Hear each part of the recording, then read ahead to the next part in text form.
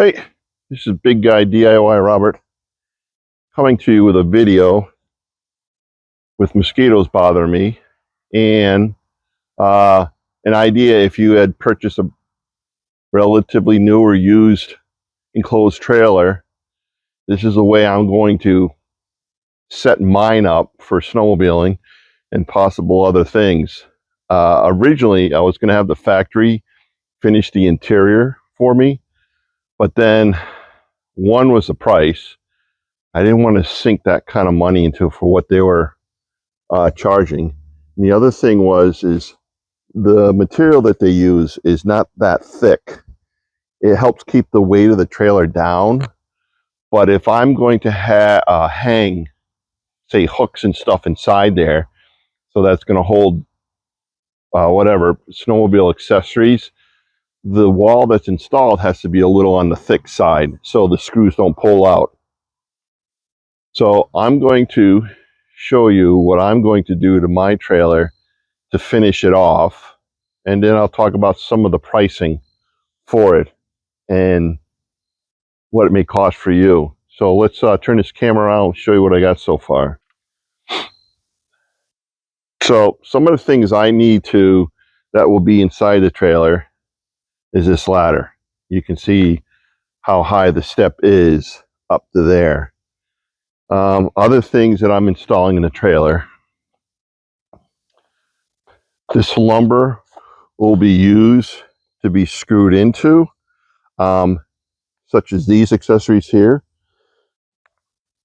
So this will hold, we'll use to hold my ski bars. I think they're called short track, maybe ski bars or something like that. I forgot, but they're the quick ones with the single handle and it locks right down. This will be used to hold. Actually, that'll hold the ladder, the step ladder. This will hold those ski bars.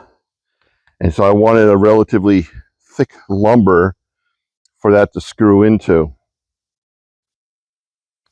On the gate, which I'll show you, the loading gate or door, this is the product I'm using. It can be cut here, so you can just use this part.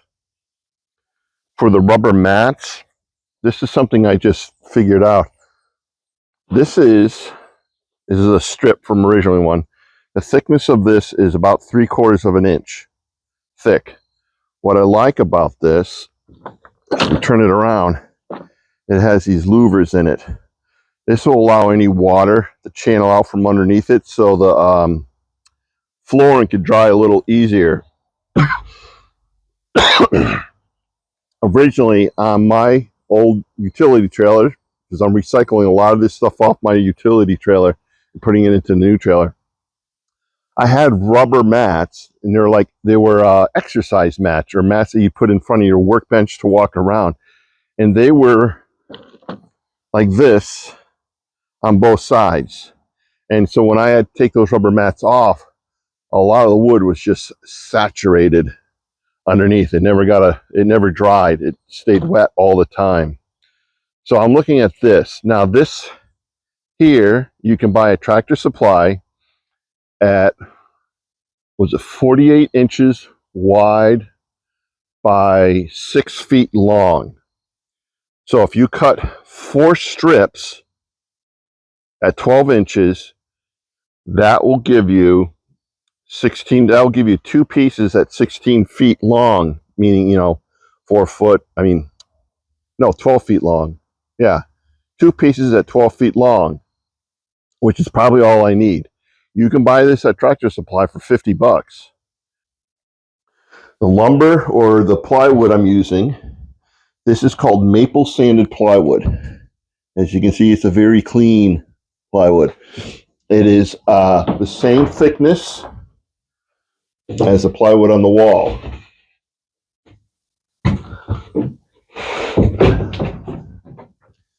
So it's a 1/2 inch thick. So the plan is the lumber that I showed earlier. I'm having one piece installed here. I'll go over this. It'll go over the seam. And then the next piece will be installed up here. There are 2 types of screws, which I'll show you later, that I'll be using. It took me a while to figure out and find the screws because the thickness of the lumber in relation to the wall, as I drive the screws into these wall joists, I did not want them touching the back side of the wall joist whatsoever. So I'm very limited to how deep I can go. The screws I'm using are 1-inch screws. I have to cut this plywood to fit into that corner and secure it. And I'll be doing that out here. And I also have to cut the plywood to fit this. So both will be cut the same, but this one, as you can see, I got a spare tire. So I have to cut it a little different.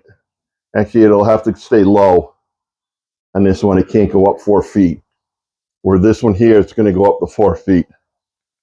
I want to do my mounting hooks here underneath the tire to hold my step ladder.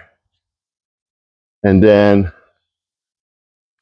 probably in front of the spare tire, I'm going to have the other hooks hold, the other hooks that will be installed will hold the tie bars that go across the ski.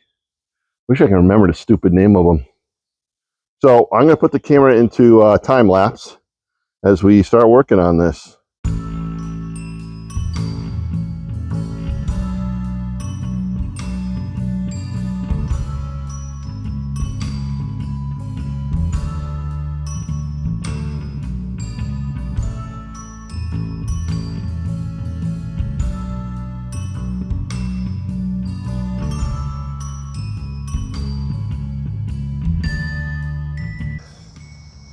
Angle.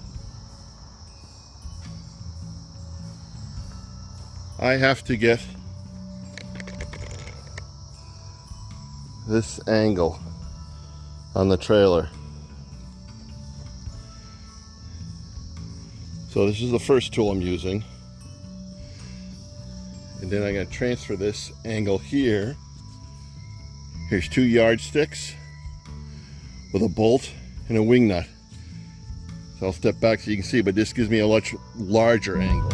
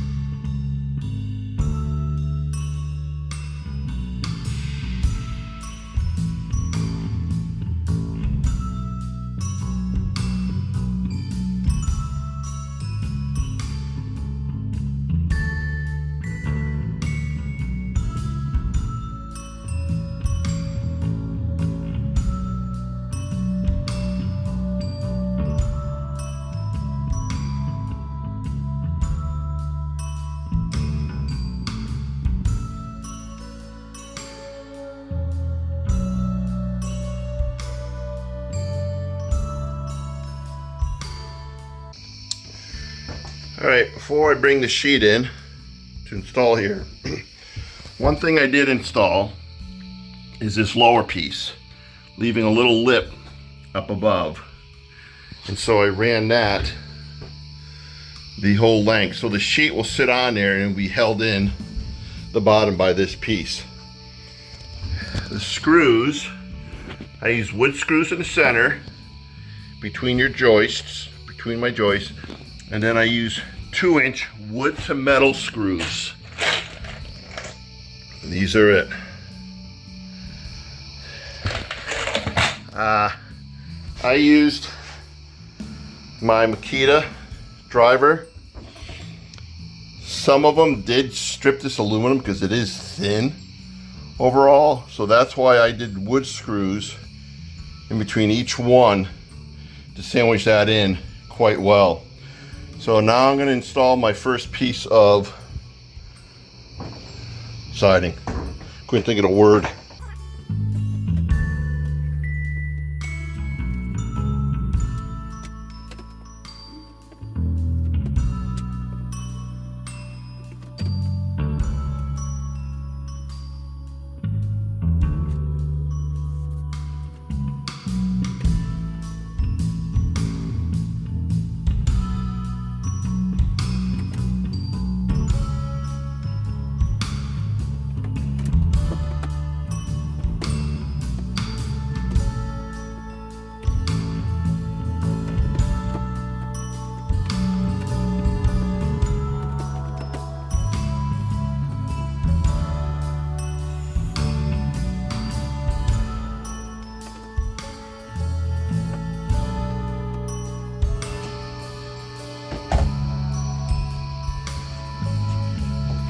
All right, trying something different.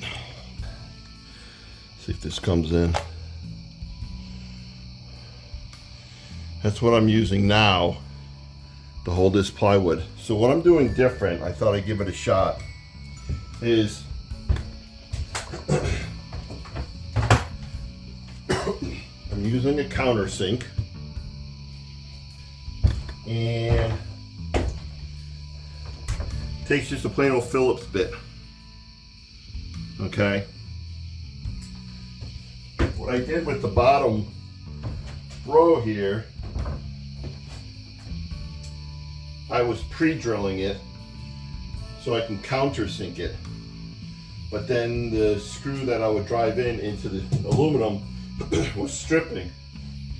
So I thought maybe my driver is too strong. So it's stripping the screws. I want the screw to penetrate, but then I want the screw to screw itself in. And that's what it did here. The reason I'm using a countersink is I want all of these screws to go in flush. The reason why is whenever you come into a trailer, if you got screws standing out and you got expensive gear on, it's very easy to brush up against a screw and have that fabric either torn or caught, and then it'll ruin the jacket, or your jacket becomes a duct tape jacket. So that's the reason why every single screw that I'm going to put in here is to be flush mounted. Even the bar or the board that's going on the top that'll hold this from up here, all flush mounted. So we're going to continue on with this. So I'm not using a drill. I'm just doing the countersink and then driving the screw in.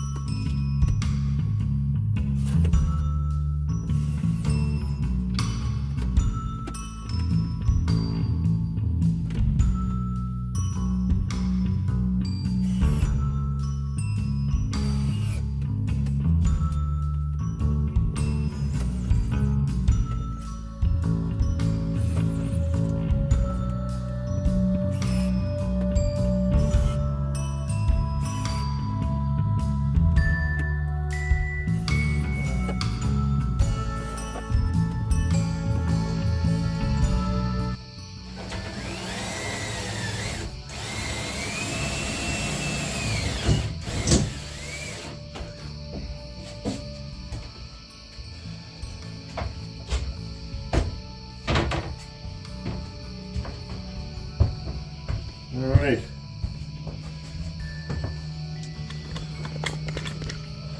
I think this will be it for now for tonight. But you can see how the screws are flush mounted. So I'm doing just 3 screws because the bottom's held. So I don't need to put a screw way down there. So let me change the angle here. So top here, there, and then that's it. It should be fine. There is really not much of a lip here for the joining board. So I have to come up with an idea for that. Originally, I thought this might hang over. I was going to put a board behind it, so this would be flat. But I think we're going to put a board here over it and go straight down and hold it that way. All right, signing off, and we'll come back to do this. All right, we got that front piece installed. It's a little dark in here. I'm trying to beat daylight before it settles. We got this piece installed, but of course nothing ever goes perfect. You can't tell, but I'm off by 3/8, and then down there it runs flush. So when the new board comes on, question is how to support it, because it's not, you know, this half for one board and this half for the other board. So I'm going to do something similar to what the manufacturer did. Taking a piece of aluminum here. I've already pre-drilled the holes for my rivets. And what I'm going to do is rivet it on the wall joist. So it'll be like so. See my holes? It'll be on like this. In the process, I am also using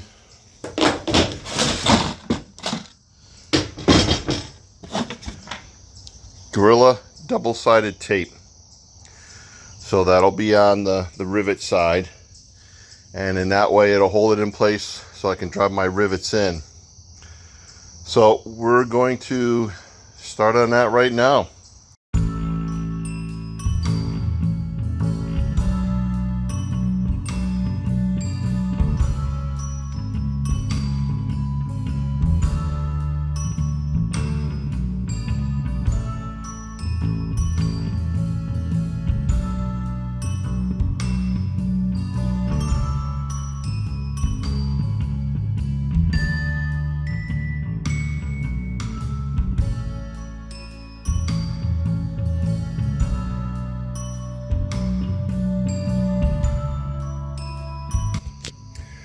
All right, so there's my L angle with the double-sided tape. So now, put the next sheet up, I have something to attach to. So I just got to measure the length here, drop it in. I've already cut the sheet to fit this angle, unfortunately. But, hey, human, right?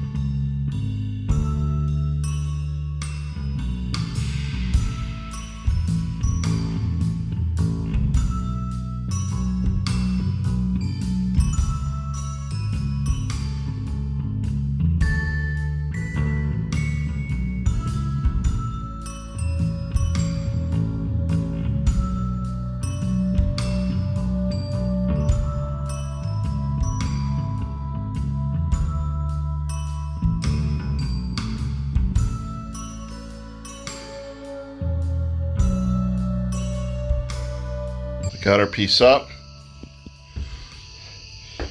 What I was using is a countersink bit. The bit, the drill itself is only, geez, maybe a 1/4 inch, and then I got the countersink that hits immediately. So all my screws are flush.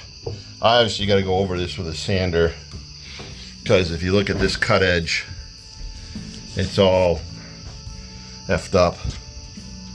So what I'm doing here is I ripped on my table saw this premium pine, which is 1 inch. It was 1 inch, 1 by 1, I think it is, or 1 by 2. I think it's 1 by 1. This is a 1 by 3. Where's my measuring tape?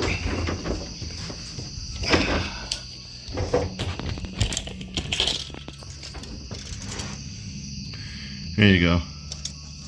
So 2.5, which means it's a 1 by 3. This is 1.5, so that's a 1 by 2.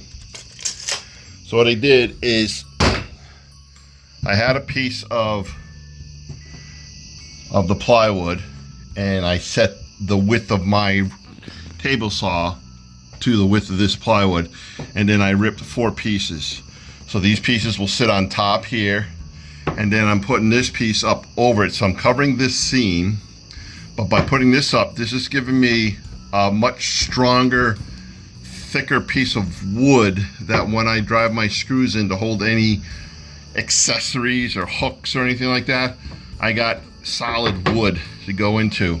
And that's why I chose to go with 1/2 inch plywood versus some thin laminate stuff that it'll make the inside of the trailer look really nice, but you can't put any screws in it. I can still put screws into this. They would have to be small screws, because long ones obviously will go through the siding.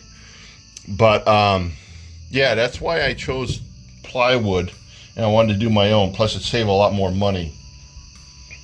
So I think my steps will still hang here that I'll be using for the doorway. I was going to hang the bars that hold the ski down up here, the quick fits. I still haven't looked them up, but I think I will probably put them over here, then they're out of the way, because when the sleds come in, the right sled has to go all the way forward. The sled on the left side will not go all the way forward, and that'll leave me about 6 feet of room in front. So that's where I can put all my gear and stuff like that. And it also gives me walking area, so I can reach right over the sled and put the ski bars right there in the front. So I still got to do this side. I got to measure my distance from here all the way to there. Remember I was talking about the thin stuff? A lot of trailer places will use something like this. Yeah, it looks nice when it's up. It's a ooh-ah moment. But it's so thin, it's not going to hold anything. It's strictly for looks. And I want it more functional. I was thinking about doing insulation behind all this, but I thought, I have no idea when I would use this or I'd be camping right now at this moment. So usually when I'd be camping in the warmer months anyway, so insulation's not going to do squat. So this, I will still use the wood to metal screws. These are 2 inches, 2-inch length that'll be used up here.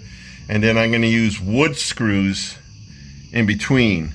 So wood to metal, so I'm going to here, wood to wood going into here. And I'll do that the length of it.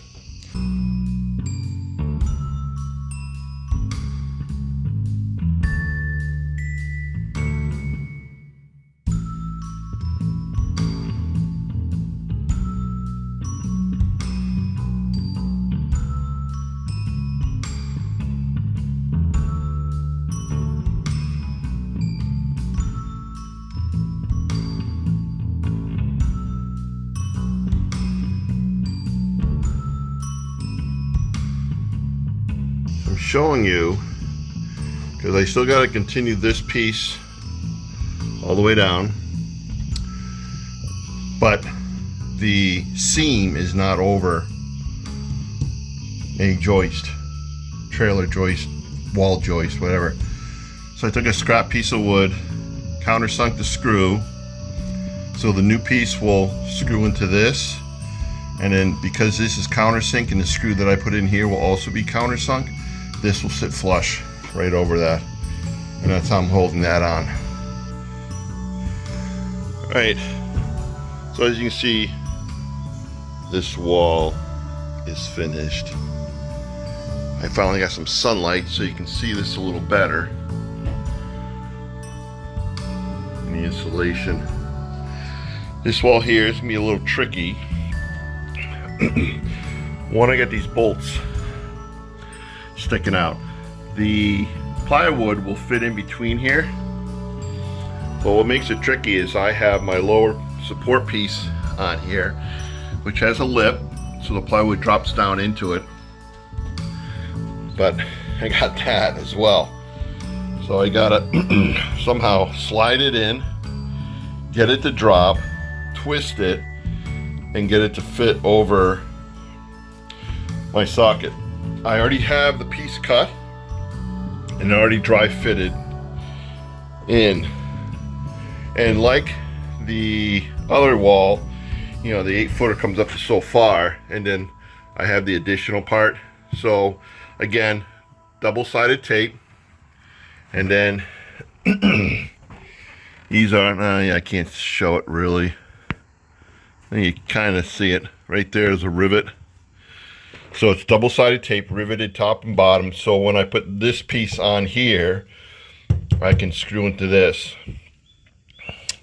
You want to know how thin the aluminum is on an enclosed trailer?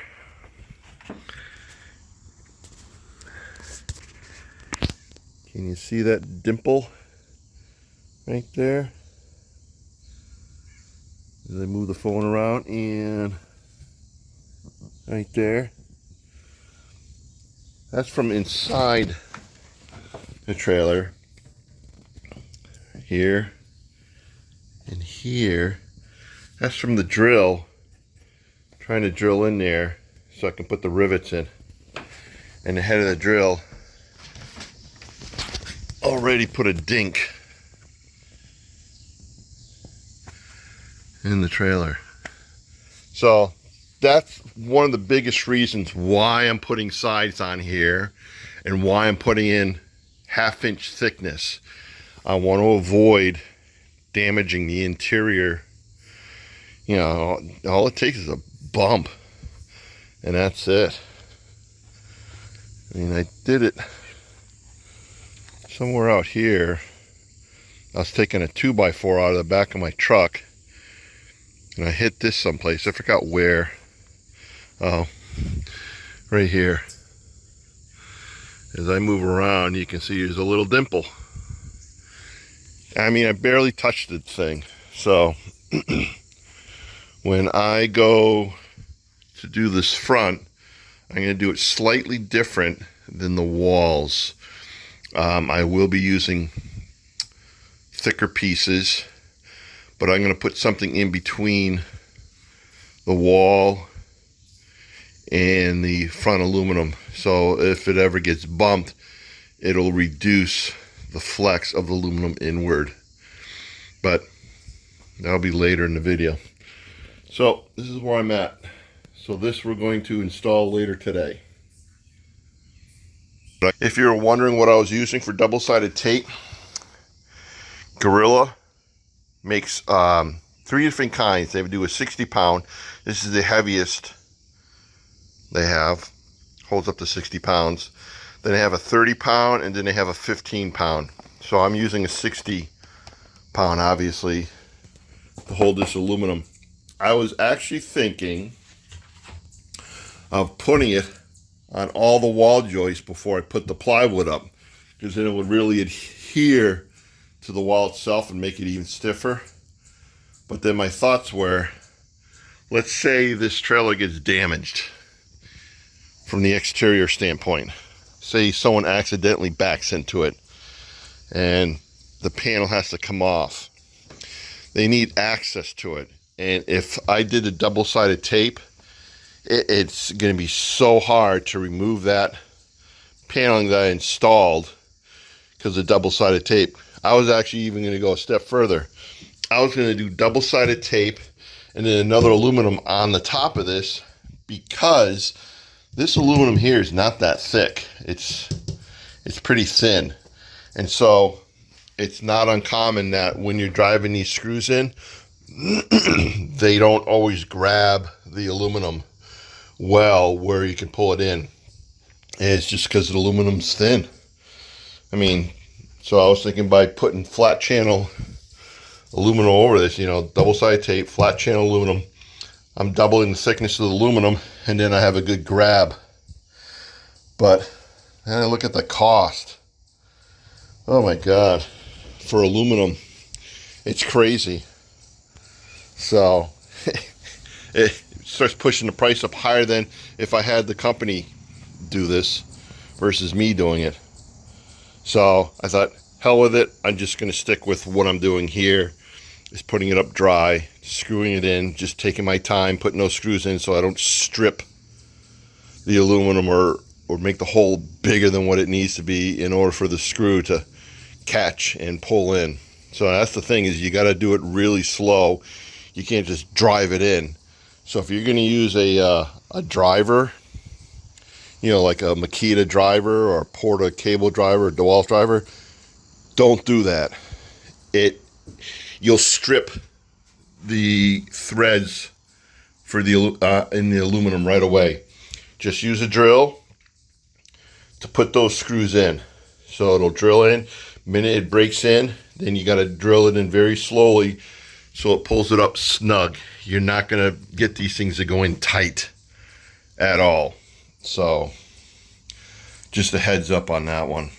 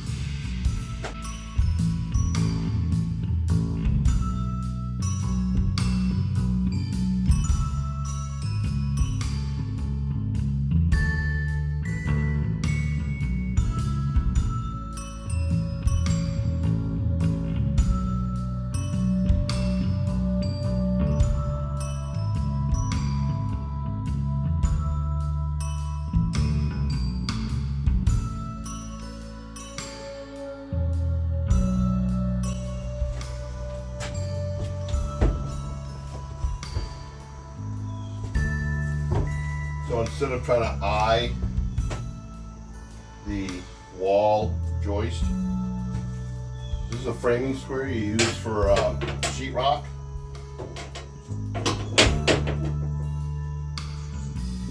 Just line it up at the center of your joist. Make your marks.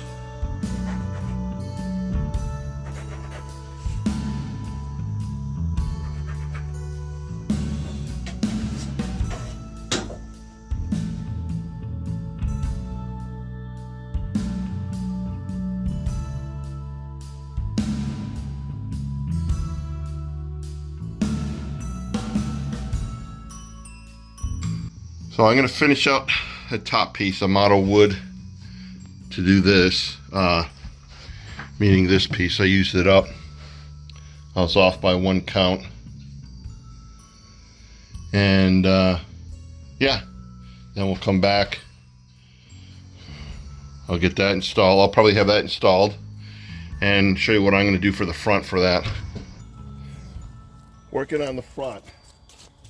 So my goal is to create a support behind this, because aluminum in general is very soft. So any rocks or anything that gets kicked up is going to bend this in unless there's something behind it. This is thin aluminum.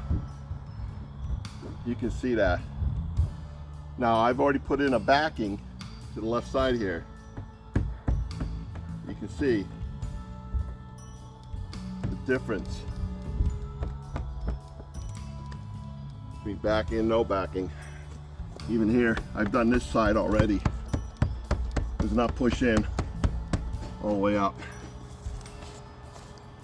The reason, like I said, is when something gets kicked up and hits this thin aluminum, it's going to puncture the aluminum or bend it in pretty badly. By putting the backing on there, you're going to reduce the chance of any puncture or any, serious dents going inward. So let me show you what I did inside. So this is the front. This is what it looks like, almost finished. I still got to run a board along the bottom there, and I'll probably run a board up along the top just to finish it, kind of like what I did here. The board on the top, the board on the bottom. This one obviously is to drive screws in. This would be more for decorative reasons, nothing functional. So here's the part that I was pressing on.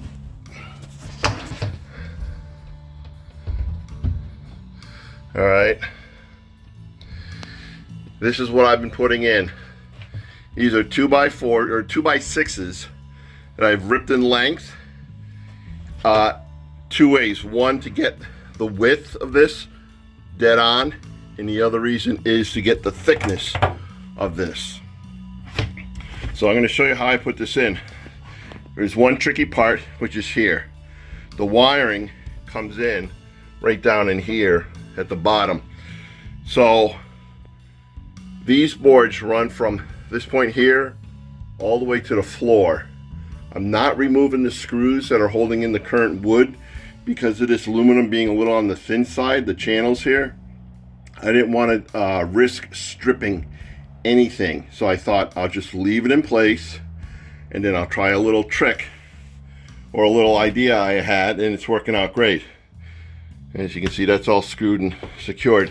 So let's go outside and talk about what I'm doing out there.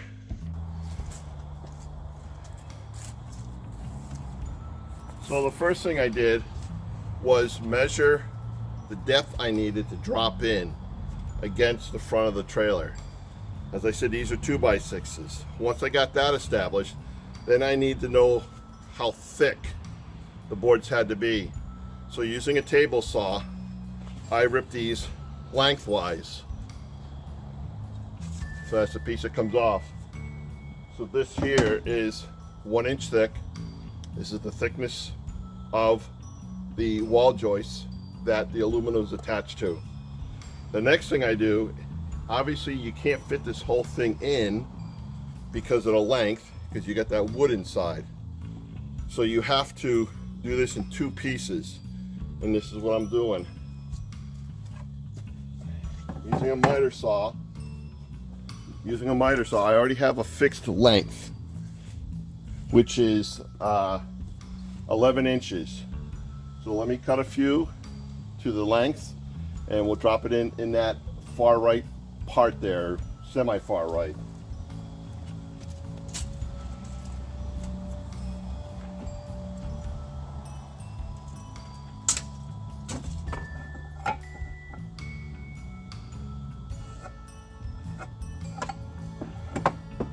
One thing I want to mention is each section that I'm filling in, they're not exactly the same width.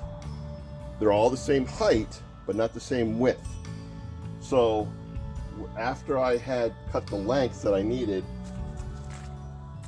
and then cut them down the thickness I needed, I had to cut them down to the width I needed. So some of the sections were 15 by 1/8, where others were 15 inches, and then the center section was 14.5. So after I get 3 of my boards together,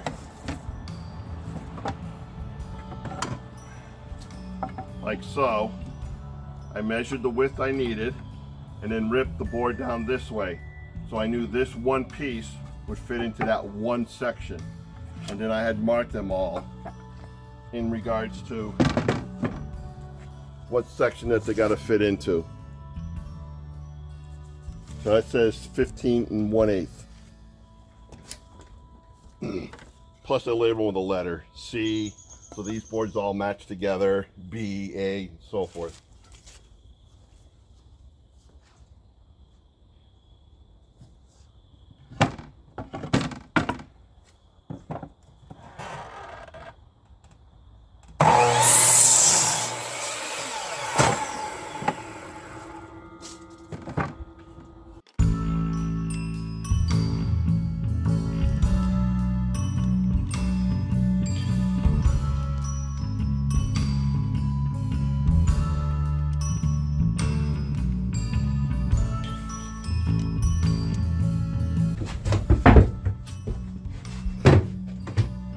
So the length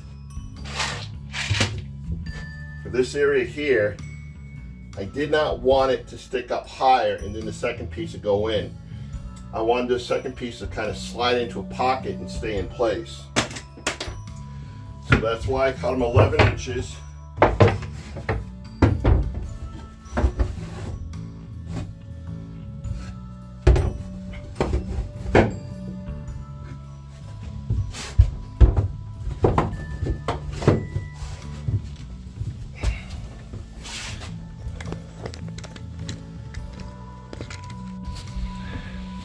And now you can see there's a little lip here, which is approximately 1/2 inch.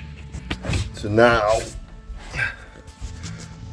my boards might be a little on the long side because I've been trimming them down, but they just slide into the pocket like so.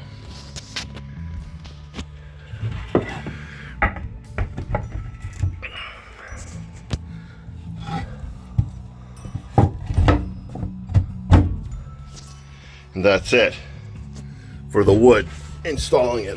Next, I'm using our Pro screws, 1 1/4, and the length of this is very important because the distance from the outside here to hitting this aluminum is 1 1/2. So 1 1/4 with a countersink still will keep me away from hitting this aluminum by approximately 1/8 of an inch. So I'm still countersinking all my screws. This is my countersink. And I'm just doing the bottom part here.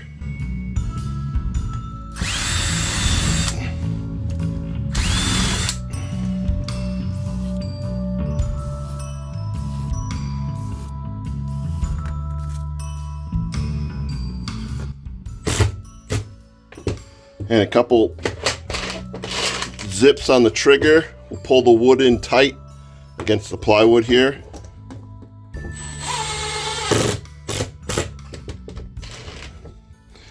And you might see that happen on the top here as I tighten this.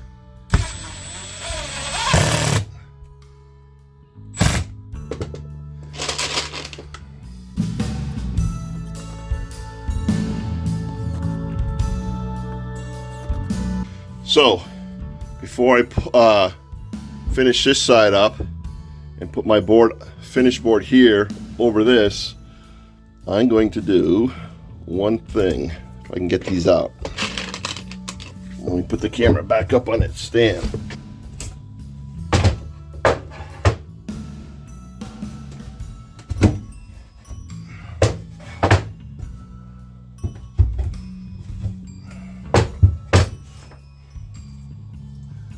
Sure you can see that. It's Gorilla Glue. Putting it right on the top. Here, nice bead of it.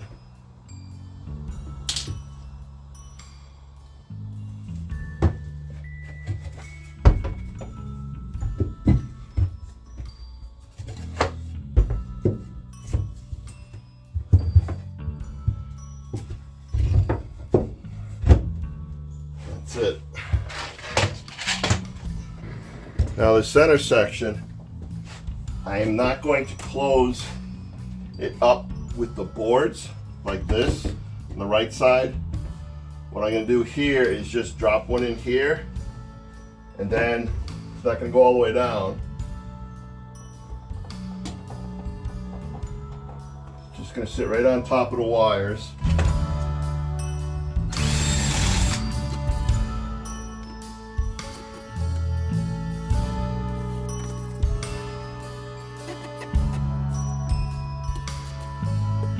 Now, I'm going to have to custom cut this piece.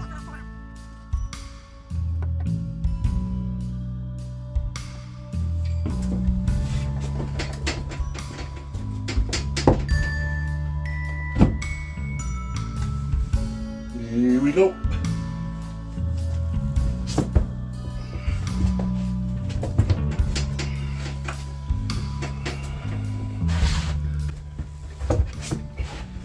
So what I left in here is a channel. It's about 4 inches long right here behind this. Yes, there is no support, but it's because of the wiring. It needs to be there. This is the wire that feeds the entire trailer for all the lighting.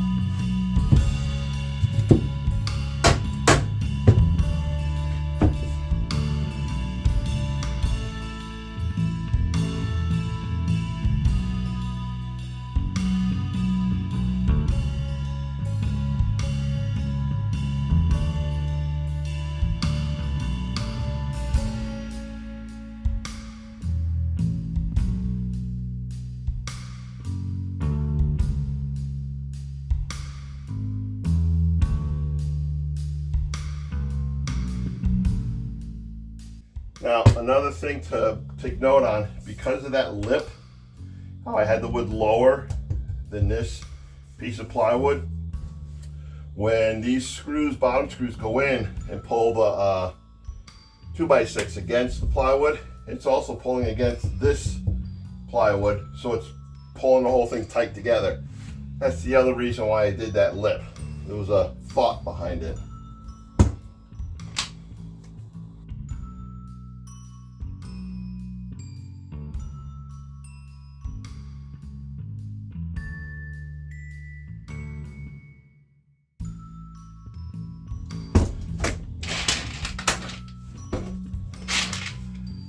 Each 2x6 is being held by 2 screws.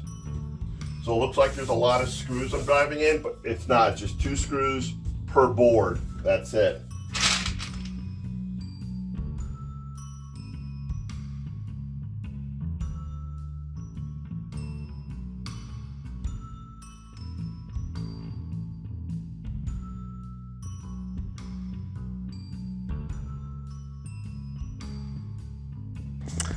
I was curious what ProLine uses for screws for not the floor. Floor, they're using a square head, and it appears to be the same design that I'm using for my walls. But to hold their sides up, these pieces here, that's what they're using. So it's a coarser thread. That's what they call a wood into metal, or metal into wood, actually, because this coarser thread is usually meant for wood. So now you can see a difference. So the gray one is what they call wood into metal, and this one here is really called metal into wood. So you can see the difference in the thread. All right. So, except for trim on the front there, this is done. The walls are all done.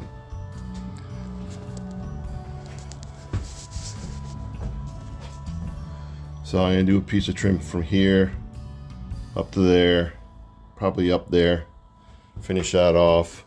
Front, I obviously said what I was gonna do. I trimmed off this front piece, and then this obviously is all completed, but I am going to run a piece of trim over this seam. It's an ugly seam. That's why. A little OCD in me. All right, the interior of the trailer is finished, so I'm going to turn around and show you what it looks like with the trim up, and I put in a few accessories, and I'll show you those as accessories, especially one of them. Now, one of the products I got in here, it's not a sponsorship, it's just something that I bought because of my size. That's the only reason. So let's turn this around and take a look. So I'll try to walk slowly on this so you can see the walls. So now you can see my trim is up on both sides. This is one of the accessories I've added. One thing I did was I thought was clever. This is just a bungee cord, and by just screwing it into the wall, it'll always stick out. But when you come back with a broom, just stick it in, turn it sideways, and then hang up your broom, and it won't move. It'll stay. My coat hooks, I wanted folding coat hooks. These are it'll hold 4 items. So your mitts, your bibs, and your jacket. I wanted them folding because I don't want any head knockers. That's why I didn't do any shelves in any of this, because it'll hit my head or hit my shoulder, or it'll hit the coat, whatever material I got on. So I wanted to avoid that. So the trim here is all finished. I'm actually going to finish this off right here. I have an extra piece of wood left to do that. Next is the stair. Actually, this is a step. This is not a ladder. This is something, as you can see, upside down, a little giant. I'm going to show you that in a moment. I added in this extra piece of trim because the weight of this is 14 pounds. So I wanted good holding power. I think what I'm going to put on this side is actually a folding chair, a metal folding chair, because the objective is when I get to my location, I can take the chair out, set it up here on the floor, and get changed, and then get on a sled and back it out. Because remember, when I have a sled in, the sled's 10 feet long from tip of the ski to the end of the sled. That's leaving me about 6 feet of space up here. So that'll be my changing room. This here is one of 2 helmet holders. So you take off the helmet, just stick it on here. What I did here is, this is just a piece of 2x6 lumber. I cut a circle and then put 4 layers of varnish on it, 2 layers on the bottom. This is black gas piping. You buy at Lowe's. Even this wall mount fitting, you can buy at Lowe's. And you can see how it's attached on the bottom. What I did with this is actually removable. See? you can just unscrew it, so if it's in the way for something, you can take it off, and the other one will be right here next to it. Super clamps. That was the word I couldn't think of.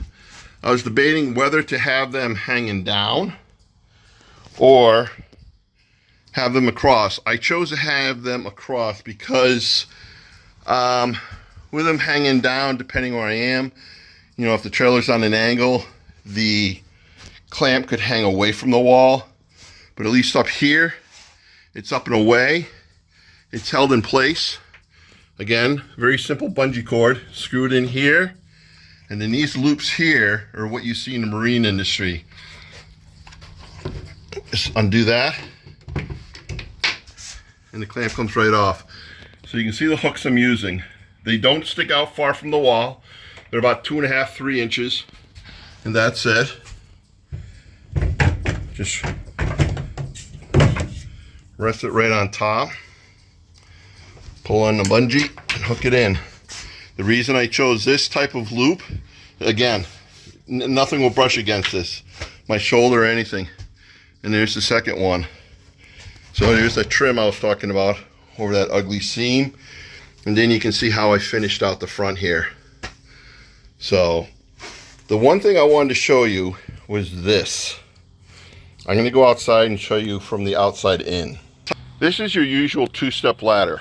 I was going to use this originally, but when you look from the side and you're trying to walk out of this, the problem is if you got a big foot like me, size 12, you're not going to get your heel on those steps going down, coming out of the trailer.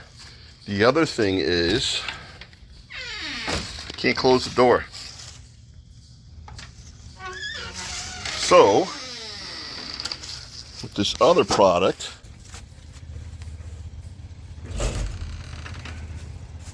this is actually a step.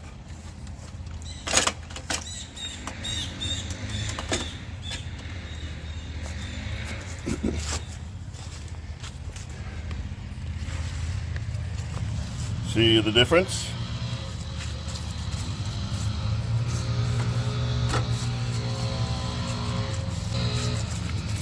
Here's the other thing.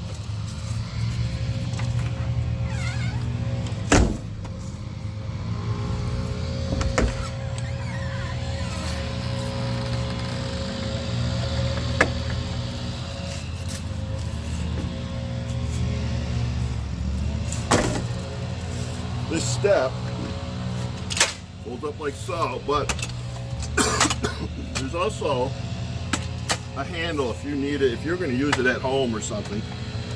You know, you got that handle right there, but obviously I don't need it. Just tucks in there, folds up.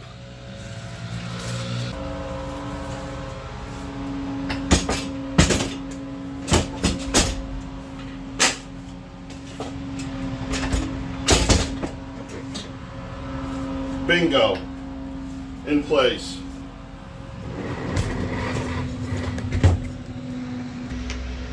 So landscaper guys are outside making a hell of a lot of noise. So I told you I was going to give you numbers on what I spent on this. Okay, give you an idea. So maple sanded plywood, I chose that because over time regular plywood will splinter. The surface it will. The maple will not. It's just it's a different makeup, so it's not going to splinter. So that's why I chose a more expensive 1/2-inch plywood. So 4x8. They were $55 a sheet. I used 4 sheets, so 220 bucks. The premium pine lumber, 1 inch by 3 inch at 8 feet. I had 6 of those at $72. 1 inch by 2 inch at 8 feet. I had 4 of those at $32. Screws, the wood to metal screws, 2 inchers. I bought 2 boxes of those at 15 bucks a pop. And 1 inch was 13 bucks a pop, and I bought 3 of those. Oh, the 1x2 lumber, 1 inch by 2 inch lumber, was $8. per board, so I bought 4 of those. So the total of everything, $220 for the plywood, 72 bucks for the 1x3s, $32 for the 1x2s, $30 in 2-inch screws, $39 in 1-inch screws. My total came out to $393, and that doesn't include tax. I also had some extra lumber left over from another project I worked on, where I was building a support post for a front porch roof. After building the post was built out of 2x8 pressure treated, so I had extra pressure treated 8-footers, so I installed them up here because that's really good wood to screw into. I also had an extra piece of PVC piping, or not piping, the plastic wood that you use on your finish trim outside of a house, let's say outside of a window. I had an extra excuse me, I had an extra 7-footer, so that's what I put up there. One thing that's really important in doing this is the screw length. Why am I smiling? I'll show you. Here's one. It didn't pierce, but it pushed out. And there. And there. So I took a round head mallet and pushed them back in. Did I have any that pierced? Yep. Right there. That one came through. So I just covered it up. I sealed it with silicone, and then I put a reflector on it, and then a reflector here, and then a matching white reflector at the same height as this one. So, and I didn't pierce anything on this side, but just to keep it the same, and one reflector up there, one over the wheel, and then a white reflector up there. So yeah, as far as I know, I didn't pierce anything out here. So what happened with that one is, with the 2-inch screws, if you don't countersink them, they'll go in, but they're not flush. Once you countersink and drive it in, that's when they pierce. And so, yeah, that kind of irked me. That was a stupid mistake on my part. What would I change? I guess that's one question in the end here, is what would I change in doing this? Well, keep costs down. I wouldn't change anything, because to have the manufacturer finish the sides off just so the sides were smooth, it was a little over $400. I think it was like $425, $450. But here I have much more versatility in regards to what I want to do and how I can attach things inside. If I wanted to spend a little extra money, say an extra $100, probably more than that, it'd be $200. Each wall joist, I would put double-sided tape on all the way around. Then I would get flat-side aluminum and attach that to the double-sided tape all the way around. That way, when you drive these screws in, you're going into much thicker aluminum, and it's going to hold exceptionally well. And I would use that 60-pound Gorilla Tape to do it. So, other than that, I'm very happy with the turnout, the way this came out. I have nothing else to add to the walls except for that chair up front, and that's it, and the one helmet hook. So any comments or any questions, put them down below. I'll do my best to answer them. I find it's getting a little busy now with a lot of comments coming in on some of my other videos. And yeah, this is Big Guy DIY signing off. Give me a thumbs up if this gave you some ideas or some information what's involved in doing this. This took me a little longer than expected. I've been fighting the flu for almost 4 weeks. So I'm just starting to get better right now. Next video, we'll be doing the floor on this. I already started it, and I've already run into stupid mistakes that I made because I didn't measure things correctly, and I'm going to show you that up front, just to be straightforward on this. Doing inline trailers for ski guys is a lot different than doing a regular wide trailer where the sleds go in side by side. All right, big guy signing off. Have a good one.